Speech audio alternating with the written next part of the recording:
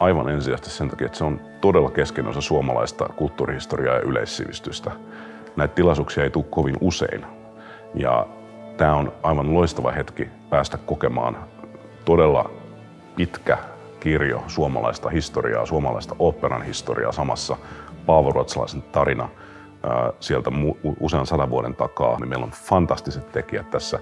Mika Kare, Cecilia Aalto päärooleissa, Petri Lindroos, Juhan Krugius, kaikki tekee todella merkittävää kansainvälistä uraa ja se on itse asiassa aika suurta luksusta, että saamme heidät tänne Tampereelle ja Savonlinnaan esiintymään, koska he ovat todella kysyttyjä maailmalla, kertoo jotakin suomalaisen oopperataiteen tasosta. Ja sitten toisekseen henkilökohtaisemmalla tasolla sanoisin, että tämä teos tarjoaa varmasti paljon näkökulmia ja ehkä jopa niin kuin lohtua omaan elämäntilanteeseen. Tämä saattaa ehkä avata jotakin tunnelukkoja tai antaa perspektiiviä johonkin omaan kärsimykseen tai johonkin vaikeaan prosessiin, jota on läpikäymässä. Ja siinä mielessä tämä voi olla todella puhdistava kokemus, tämä viimeiset kiusaukset kokea. Että kannattaa todella tulla katsomaan, suosittelen lämpimästi.